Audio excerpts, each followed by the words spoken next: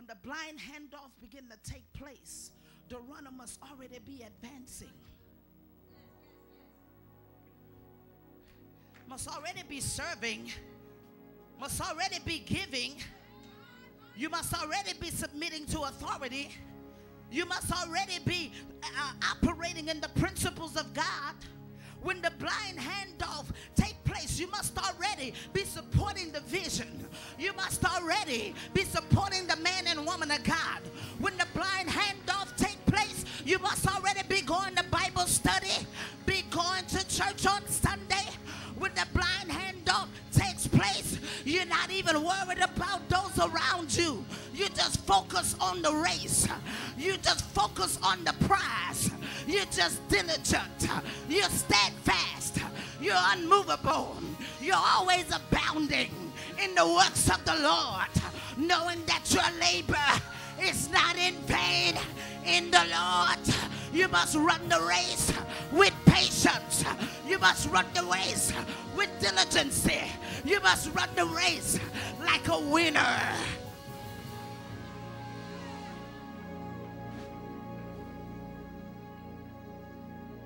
And so the runner already has momentum. They're not worried about the offense that came from that sister. They're not worried about the offense that came from that brother. They're focused.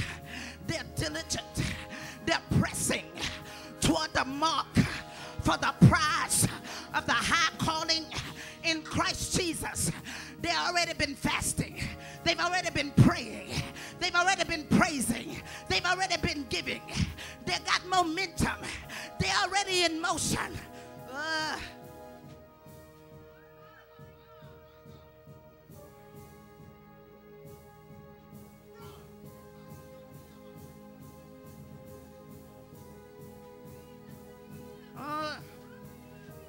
And then all of a sudden, here comes the blind handoff. And you've got to know that it's illegal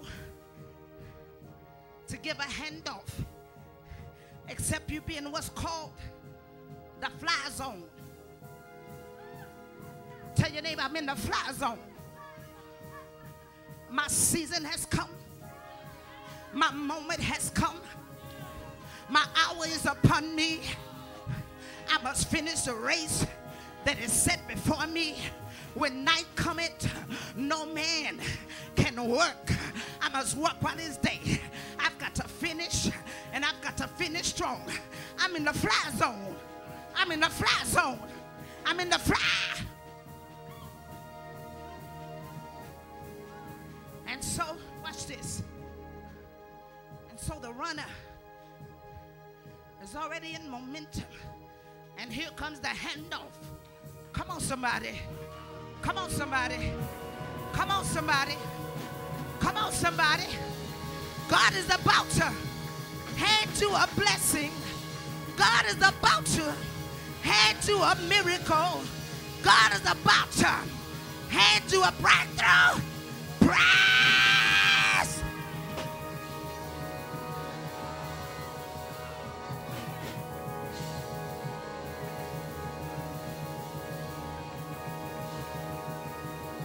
Come on.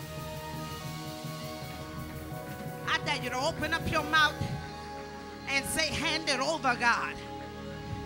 Say, hand it over to me.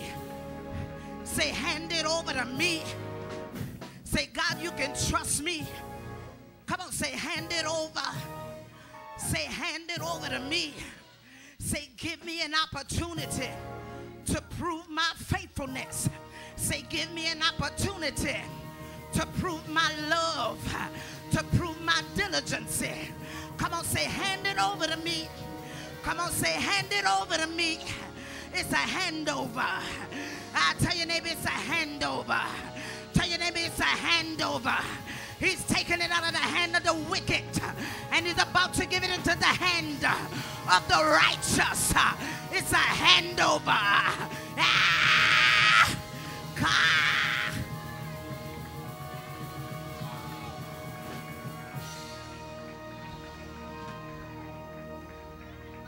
It's a handover. It's a handover.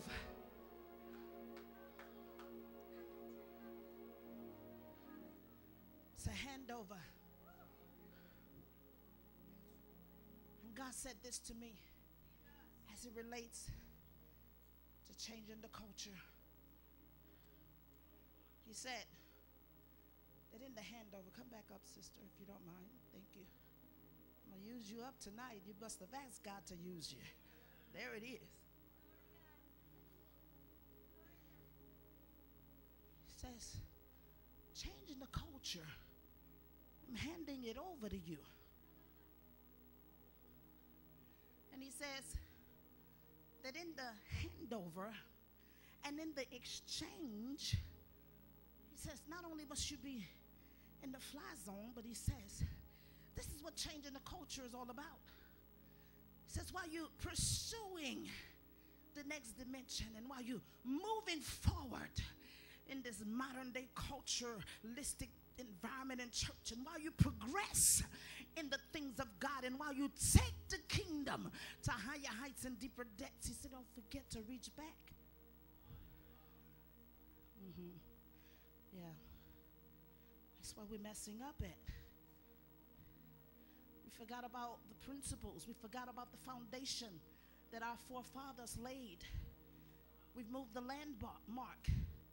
He said don't forget to reach back, because there are some things back there that are suitable and relevant, and things back there that will never change, that will never be altered, that will never be substituted.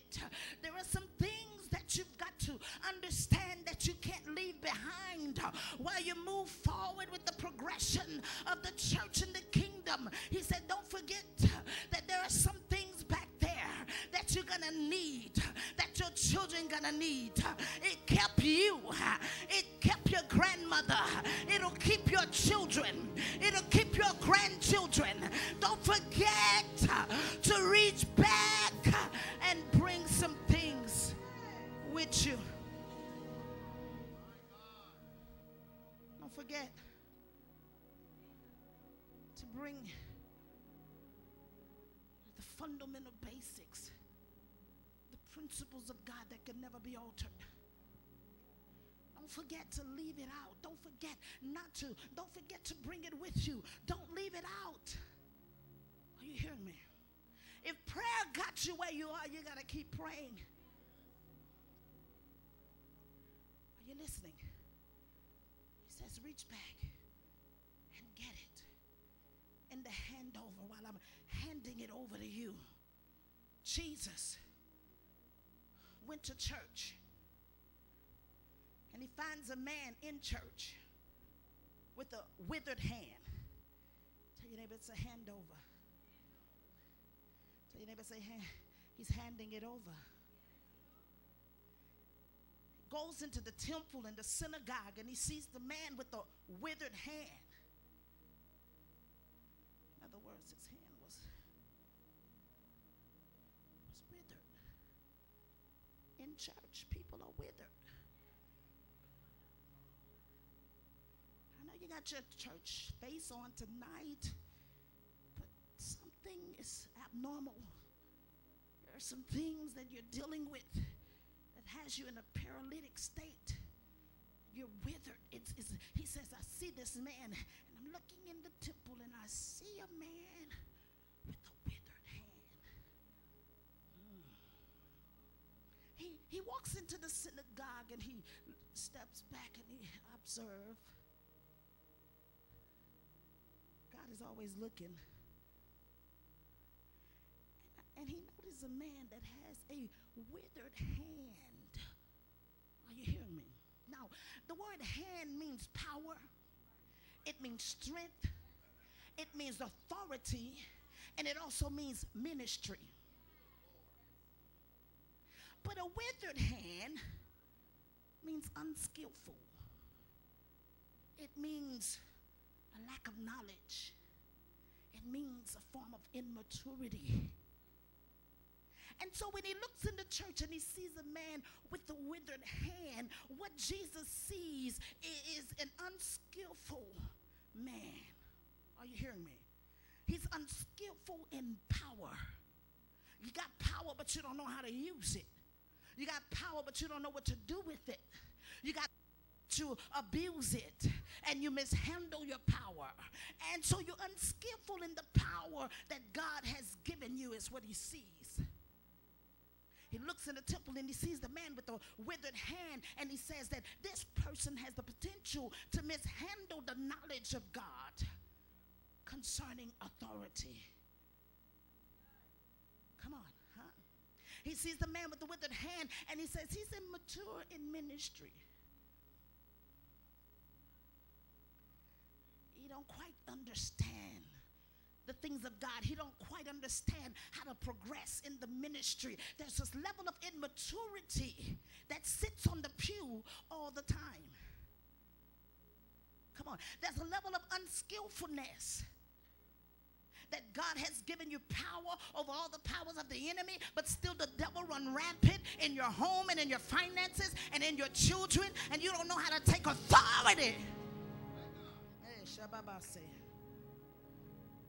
So God told me to tell you. He says, I see the man with the withered hand. He says, but I want you to tell the church tonight that although their hands are withered, he said, tell them I'm going to use them anyway. I'm going to help you tonight. I'm going to help you tonight. I'm going to help you tonight. He says, I'm going to use you anyways. And we're going to see how he gets the glory out of the man with the withered hand. He said, you may be immature in this season, but I'll still use you. If all you got to do is say yes, all you have to do is yield yourself over. All you have to do is comply to the will of God. And God says, I'll raise you up and I'll use you even in your immaturity. We're talking about changing the church, the culture of the church. You don't have time to wait 40 years to get everything together in your life. I'm talking about as far as mentally, emotionally, and all those kinds of things so that God can use you. God says, I'm going to use you in your informality, in your infant stage. I'm going to use you. I'm going to use you because you love me, because you praise, because you worship me, because you live for me. You may be unskillful. You may not have all the knowledge. You may be still a little immature, but God says, I see you, and you're in the house. You're every Sunday. You're here every Wednesday. You're here on prayer night.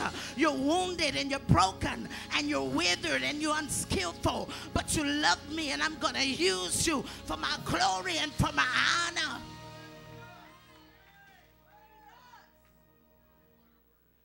God said this to me. He said, you remember when I used you?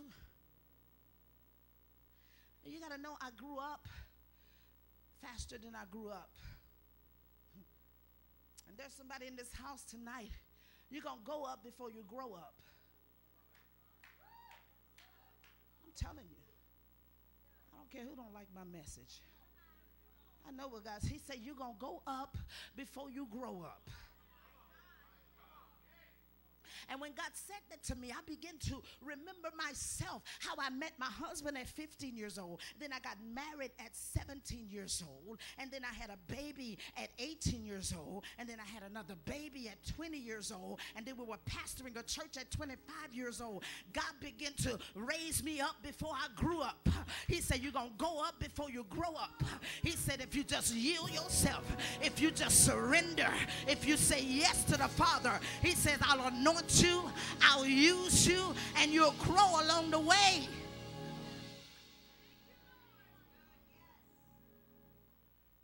He says you're going up before you grow up. I don't know who I'm talking to, but you're about to go up before you grow up. That's what God said. He said you may not have all the resources, you may not have all the answers, you may not have all the knowledge. Are you hearing me? Some of us don't even know what we're doing. Just obeying God.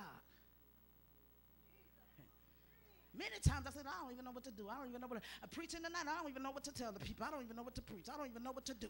These men and women of God, they're already powerful. They got power in the house. What am I going to do? What am I going to do? What am I say? I don't even know what to do. I'm just going to show up. If I show up, I'll go up before I grow up.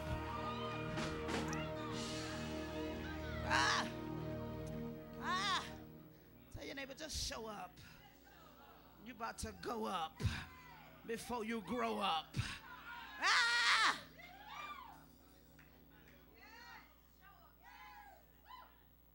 said, if there first be a will